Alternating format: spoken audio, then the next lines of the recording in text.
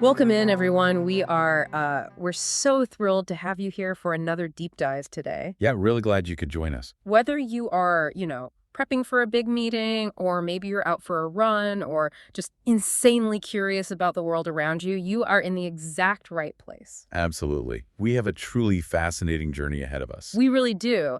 So to kick things off, I want you to just picture something for a second. Imagine you're sitting around a dying campfire. Okay, I'm picturing it. And someone across from you is gently fingerpicking this battered old acoustic guitar. It's raw, right? It's woody. You can hear everything. Exactly. You can distinctly hear the squeak of their fingers sliding over the metal strings, or the slight out-of-tune twang on the G string. Maybe even the sound of them taking a quick breath before a chord change. Yeah, that breath. It is the oldest, most organic kind of music making there is. Because it's completely human. I mean, it's full of those natural imperfections and acoustic realities that make a performance feel, physically present. Mhm. You aren't just hearing notes. You are hearing the physical friction of a human being interacting with an object in a physical space. Okay, so keep that in mind. Now imagine taking that exact sound, the squeak, the breath, the wood resonance, and just freezing it in time. Freezing it. Yeah, and dropping it into the pristine, mathematically perfect, hyper-controlled environment of a laptop screen. Oh, wow. We are basically taking the rustic campfire and violently colliding it with the relentless precision of digital editing. Which, sounds like a total paradox when you frame it that way. It really does. But that specific collision taking human error and natural imperfection and forcing it through digital tools, it actually created the defining soundscape of the 21st century. And uncovering exactly how that happened is our mission for this deep dive. It's a great topic. We are looking at this incredibly detailed column from Monumental Movement Records, or MMR. It's titled Folk-Tronica / Indietronica, A History of the Fusion of Acoustic and Electronic Music. Well, that's the one. We're going to look under the hood of this hybrid music, figure out the mechanical blueprint of how it's actually made, and understand how it forever changed the way you and I listen to both organic and electronic sounds today. But to really grasp the impact of this music, we first have to clearly define the opposing forces being smashed together. Right. We are talking about merging two entirely different musical philosophies. Okay, let's unpack this. The MMR column places the emergence of this Folk-Tronica sound right around the late 90s and early 2000s. That's right. And it defines it essentially as merging folk music, meaning, acoustic melodies, raw vocals, acoustic guitars, cellos with electronica. And electronica brings in the synthesized beats, digital grid sequencing, and heavily manipulated audio cutups. Yeah, so the core philosophy underlying this whole genre is the coexistence of the tactile and the artificial. Exactly. The tactile elements are those handmade, natural sounds that require physical touch to produce. Like we said, the friction. And the artificial is the digital environment, the software grid, where those sounds are ultimately placed and, manipulated. I was trying to come up with a visual for what this actually sounds like in practice, because just saying acoustic plus digital doesn't quite capture the texture. No, it's too broad. Yeah. It's almost like taking raw, unspun sheep's wool, still smelling a bit like the farm, full of burrs and imperfections, Okay, so here you go. and weaving it directly into a sheet of high-tech, laser-cut carbon fiber. Oh, that is a much better way to look at it because it highlights the textural contrast. Yeah. You have the hyper-resilient, mathematically perfect, unyielding grid of the carbon fiber, but the surface you actually touch and feel is this scratchy, organic, unpredictable wool. Right, exactly. Now, the column also mentions a sister genre, Indietronica, which operates on the exact same textural principle. Distinct, but highly related. Right. Instead of focusing on the acoustic, pastoral folk elements, Indietronica takes the traditional indie rock band setup. So electric guitars, electric bass, live drum kits, and infuses that with heavy electronics. I instantly think of bands like the Postal Service for that, or Hot Chip, or Mum. Yeah, those are perfect examples. The sonic ingredients are slightly different, substituting a rock band for a folk singer, but both genres share that fundamental DNA. They do. Yeah. They are both about taking the messy reality of human performance and running it through the cold perfection of a computer. But wait, I have to ask you about this because this is where I get tripped up. Okay, what's the hang up? You're describing oil and water. I Yeah. mean, if I take a sloppy, drifting acoustic guitar track where the player is naturally speeding up and slowing down like humans do, Right. and I slam a rigid, unyielding techno drum beat underneath it, shouldn't that just sound like a clashing, chaotic mess? Oh, yes. How does that not just sound like two completely different songs playing at the same time in the same room? It absolutely would be a train wreck if they just thoughtlessly layered one sound on top of another. But what's fascinating here is the structural integration. Structural integration. Okay. Yeah. In the late 90s, a lot of purely electronic music was incredibly cold. Very industrial. Exactly. It was industrial. It was designed for giant, dark clubs, and it largely ignored traditional emotional arcs or vulnerability. But these producers didn't just paste a folk song over a dance beat. They didn't just hit play on both at the same time. No, not at all. They chopped the acoustic elements into rhythmic pieces and structurally wove them into the digital grid. They used the acoustic warmth to soften the digital edges. Oh, okay. The tension between the organic and the artificial creates an entirely new emotional resonance. They aren't fighting each other. The computer's giving the guitar structure, and the guitar is giving the computer a soul. Okay, so it's not slapping a folk singer over a techno beat. It's rebuilding the folk song using the literal tools of techno. Precisely. And pulling that off without it sounding like a gimmick requires a highly specific type of artist. Someone who understands both the campfire and the motherboard. Which begs the question, who actually figured out how to do this first? Right. Because someone had to take that leap and prove it wasn't just going to be a chaotic mess. And the column points us to three pivotal artists who essentially mapped this territory in the 2000s. Yeah, we can look at them as an evolutionary timeline. They took this concept from a weird underground experiment all the way to global festival stages.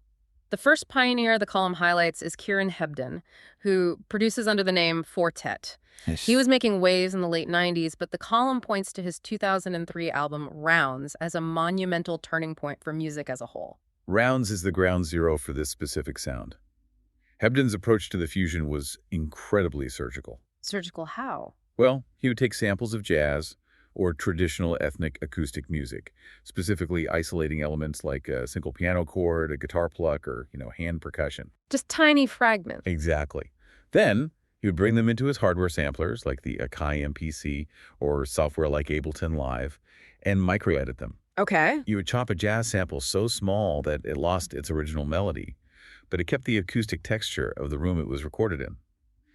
He turned organic recordings into minimal looping digital structures. Here's where it gets really interesting for me. I was reading about his editing process in the column, and it blew my mind. The everyday noises. Yes. It mentions that Fortet would use manual everyday noises as his rhythm section, literally the sounds of his environment. But wait, I need you to help me understand this. Sure. The column says he was chopping up the sound of a closing door or dropping a fork and using that as percussion. He was. I mean, my kitchen sounds like a dropped fork and a slamming door on a typical Tuesday morning, and nobody is calling me a musical pioneer. That's a fair point. Why was this considered so genius? If we connect this to the bigger picture, to understand why that was genius, you have to look at what sample editing was in 2003. Back then, sampling was largely the domain of hip-hop, where producers sampled old funk records for drum breaks, or it was dance music sampling disco hits. Right. You sampled a song to make a new song? Exactly. You sampled other music to make new music. By sampling a closing door or the rustle of leaves or a dropped fork, Fortet was radically expanding the definition of what constitutes a musical instrument. Oh, wow. He was turning the physical world into a drum kit. Exactly. He proved that digital editing wasn't just a tool for making people dance in a club. It could be used to build delicate, highly intimate, emotional landscapes. That's beautiful. When he took that dropped fork, isolated the metallic clink, pitched it up, and placed it on the digital grid. It wasn't just noise anymore. It became a hi-hat in a digital symphony. It brought the listener into his physical space. Okay, when you explain it like that, my clumsy kitchen mornings definitely lack that structural vision. Just a bit, yeah. So Fortet proves the concept with this incredibly surgical, cerebral approach. But how does that minimal experimental sound evolve into something you'd actually want to sing along to? That brings us to the second artist. The column highlights Daniel Snaith, who records as Caribou. Right, Caribou. Caribou is the crucial next step in the evolution. He originally released music under the name Manitoba in the early 2000s, which laid his groundwork. Right. But his breakthrough really came when he transitioned to the Caribou moniker, specifically with albums like The Milk of Human Kindness in 2005 and Andorra in 2007. The MMR column describes Caribou's approach as much more pop-oriented and psychedelic compared to Fortet. It definitely was. What did he actually change about the formula? Where Fortet was minimal and focused on micro-textures, Caribou was expansive, vibrant, and sun-drenched. He brought traditional songwriting into this hybrid space. Okay, so actual songs. Yes. Instead of just looping a tiny acoustic grain, Caribou introduced very strong driving organic drum patterns. He layered his own vocals, often multi-layered swirling harmonies over the top of these intricate digital cut-ups. Vocals change everything. They do. He essentially proved that this highly technical, avant-garde production style could structurally function like a catchy pop song. Right. You could have all the weird glitchy electronics, but still have a soaring chorus. So we go from Fortet's surgical experimentation to Caribou's psychedelic pop structure. Where does the genre go from there? Well, according to the column, it goes massive. It goes live. And that is embodied by the third pioneer, Simon Green, who produces as Bonobo. Bonobo, releasing on the legendary Ninja Tune label, really represents the maturation and the cinematic peak of Folk-Tronica, The column highlights his 2010 album, Black Sands. which is an absolute masterclass in texture. Bonobo figured out how to merge the heavy, kinetic, low-end energy of club music with the lush, intricate string arrangements of sit-down, headphone listening music. The column details how he uses these incredibly rich layers of cellos, upright bass lines, and complex jazz harmonies. Yeah. But the part that really caught my eye is his live show. He brings this intensely edited laptop music to life with massive, multi-piece live acoustic bands. Which is a mind-bending full-circle moment, if you think about it. How so? Well, think about the workflow. He takes a real acoustic upright bass, he records it into his laptop, Okay. he chops it up, glitches it out, and creates a bass line that is physically impossible for a human to play natively because it's so digitally manipulated. Right, the computer's doing things hands can't do. Exactly.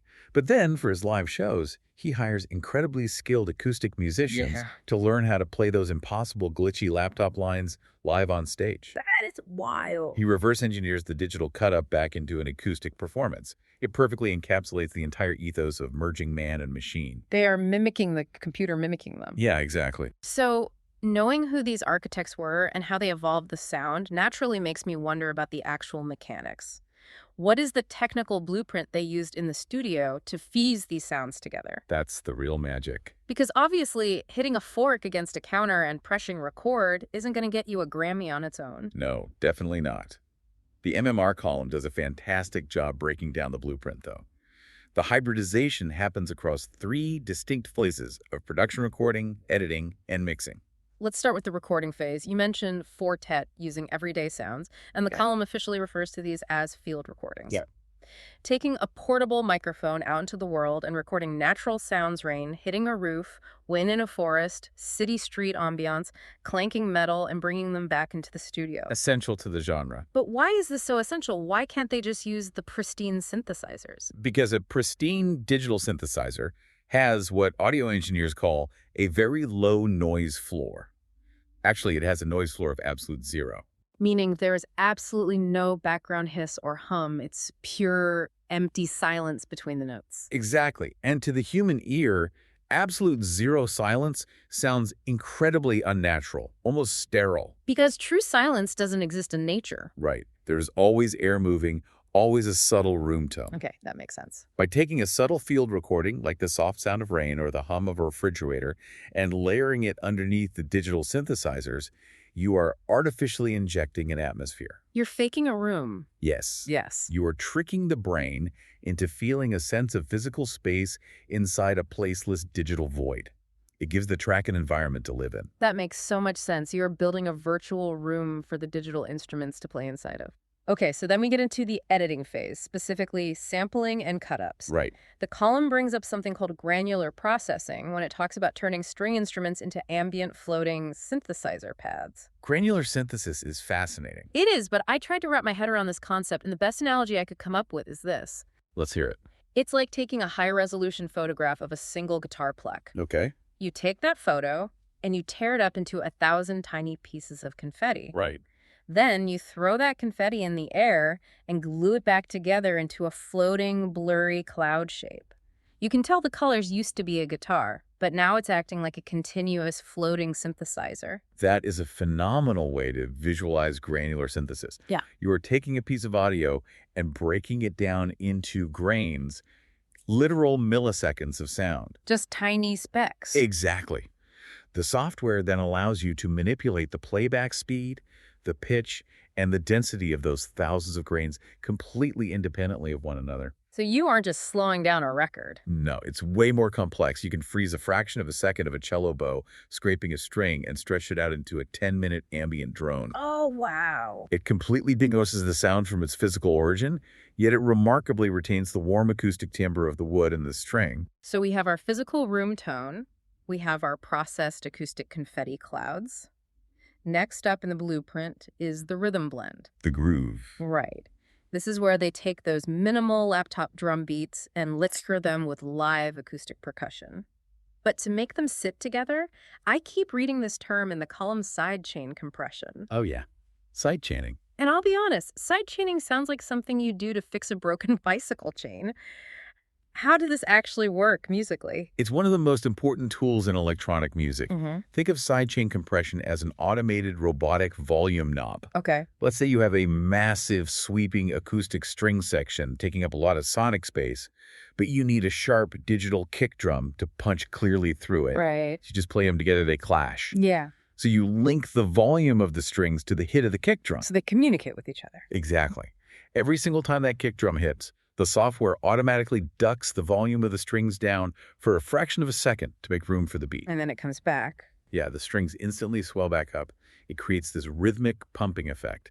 It glues the acoustic elements and the digital elements together, creating a track that literally breathes. It inhales and exhales with the tempo. It's forcing the organic acoustic sounds to physically react to the digital beats in real time. That is brilliant. It really is.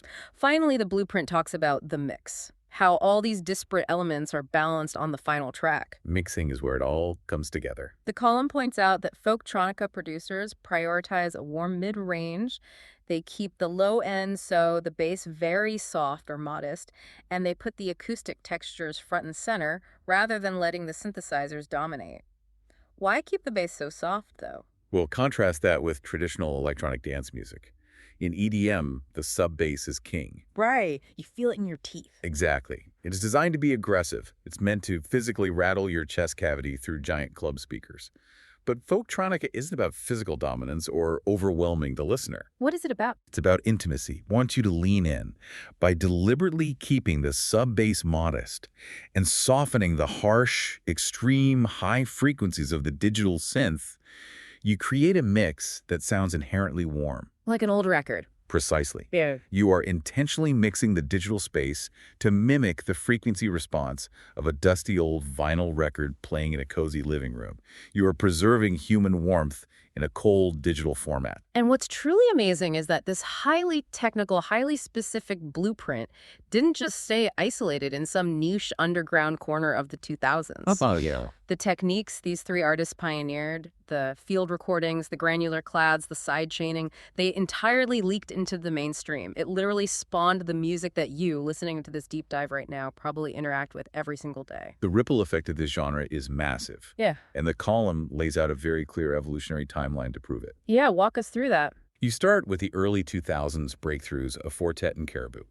Then, as those kids grew up, you see mainstream indie rock from 2015 to 2020 fully adopting these electronic production techniques. Right. And that directly laid the track for the massive, explosive boom of bedroom pop production we saw from 2020 to 2025. So what does this all mean for you? You might be wondering, what does this actually mean for my Spotify algorithm? Right. How does it touch your life? Well, the column points out that Folk-Tronica directly birthed or heavily influenced genres like chillwave, with its heavy analog warmth, ambient pop, and modern indie pop. Definitely. But here is the real kicker for me. Even if you have never intentionally listened to a Fortet or Bonobo album in your life, Which you should. You really should. But if you haven't, if you have ever sat down at your desk to prep for a meeting or study for an exam, and you put on one of those lo-fi hip-hop beats to study to playlists on YouTube, Everyone knows those. you know the ones, with the infinite loop of the anime girl writing at her desk. If you've done that, you are listening to the direct, undeniable musical grandchildren of Folk-Tronica. Without a doubt. I mean, if you listen to those lo-fi playlists, what do you hear? You hear the heavy use of rain or coffee shop field recordings. Yep. You hear artificial vinyl crackle injecting a noise floor. You hear chopped up, melancholic acoustic piano loops sidechained to minimal, dusty digital beats. It's the exact same blueprint. It is. That entire massive global subculture directly owes its sonic architecture to the Folk-Tronica pioneers figuring out how to make a laptop sound cozy. The column boils the core philosophy of this entire movement down to a few key concepts. It was about bringing warmth, a tactile feel, and what they call the aesthetics of gaps, meaning space and silence, into the digital age. They were reconstructing acoustic memories using software. That phrase, the aesthetics of gaps, is profoundly important to think about. Digital music software gives you the power to fill every single microsecond of audio with pristine, booming sound. It is incredibly easy to just create a relentless wall of noise. But these artists actively chose not to.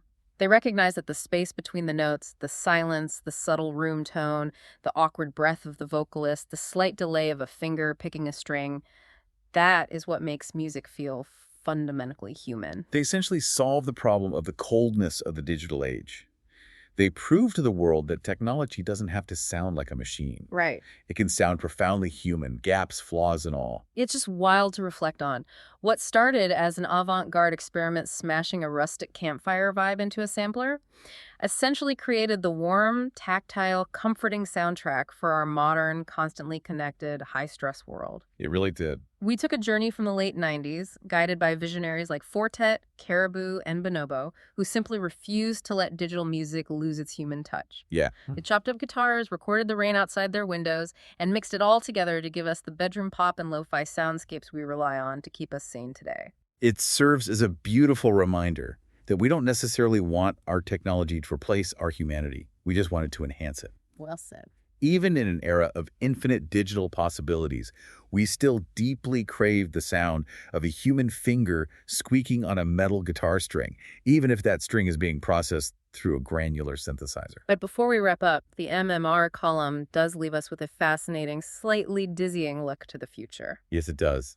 It mentions that this genre and this concept of hybridizing the organic and digital will keep evolving rapidly, largely thanks to the rise of AI acoustic technology. And that raises an incredibly important question, something for you to really mull over long after this audio stops playing. What's the question? Well, if the entire soul, the entire purpose of Folk-Tronica was about injecting human imperfections, that clumsy squeak of a finger, the random, unpredictable sound of a dropped fork, or falling rain into perfect digital spaces, what happens when an AI algorithm can perfectly synthesize those exact imperfections from scratch? Oh, wow. That changes the whole equation. Exactly. If a machine learning model knows exactly how to fake the human error, will the music suddenly lose its tactile soul because the human error is no longer actually human? Right. Or, and this is the flip side, is a synthetic, mathematically generated flaw just the next logical, inevitable step in the long evolution of digital cut-up culture? That is an absolute head spinner. I mean, if the machine learns how to make the campfire crackle entirely on its own, do we still feel the heat?